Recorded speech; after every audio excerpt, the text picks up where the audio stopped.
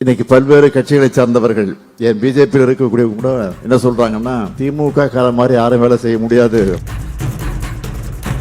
திமுக காரன் ஒரு சிங்கிள் டீயை குடிச்சிட்டு பம்பரமா வேலை செய்வான், அதுக்கு நம்மலாம் ஈடாக முடியாது என்று வெளிப்படையாக சொன்னவர். தேர்தல் களத்தில் ஆற்ற வேண்டிய பணிகளில் 50% முடிச்சிட்டீங்க. நான் ஏற்கனவே சொல்லியிருந்தேன் 200 தொகுதிக்கு குறையாமல் நம்முடைய கூட்டணி நிச்சயமாக வெற்றி பெறும் என்று. ஆனால் இப்பொழுது நாம் ஆற்றிருக்கக்கூடிய பணிகள் எல்லாம் பார்க்கிற போது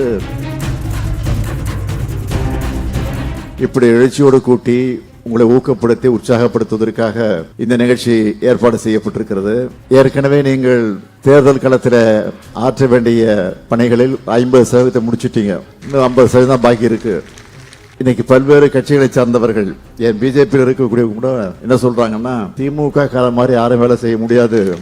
இன்னும் சொல்லணும்னா 67 அண்ணா தலைமையில் ஆட்சி அமைஞ்சப்போ அன்றைக்கு முன்னாள் முதலமைச்சராக இருந்த பெரிய பக்தவச்சலம் அவர்கள் பத்திரிகையாளர்களிடத்தில் பேட்டி அளித்த நேரத்தில் ஒன்றை குறிப்பிட்டு சொன்னார். திமுக காரன் ஒரு சிங்கிள் டீயை குடிச்சிட்டு பம்பரமா வேலை செய்வான், அதுக்கு நம்மலாம் ஈடாக முடியாது என்று வெளிப்படையாக சொன்னவர்.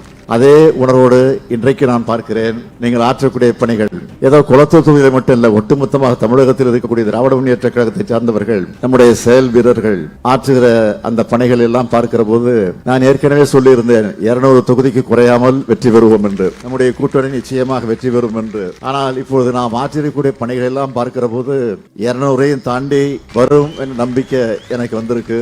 ஆக அந்த நம்பிக்கையோடு பொங்கல் விழாவை நாம் கொண்டாடுகிறோம். ஆக பொங்கல் விழாவை கொண்டாடுகிற இந்த நேரத்தில் உங்கள் அத்தனை பேருக்கும் என்னுடைய பொங்கல் வாழ்த்துக்களை தெரிவித்து வர இருக்கக்கூடிய தேர்தலில் ஒரு மாபெரும் வெற்றியை பெறுவதற்கு உறுதியெடுப்போம், சபதம் இருப்போம் என்று கூறி மீண்டும் வாழ்த்து சொல்லி விடைபெறுகிறேன். நன்றி, வணக்கம்.